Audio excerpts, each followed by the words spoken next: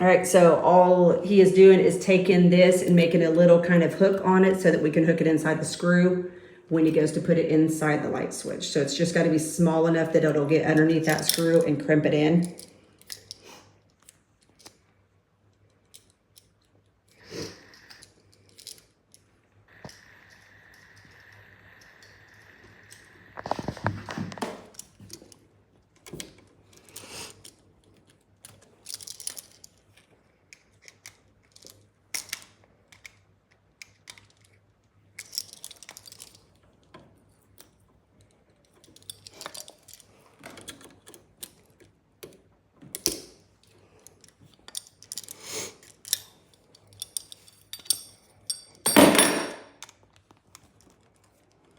Just use your screwdriver, tighten it down so that the wire is snug inside there.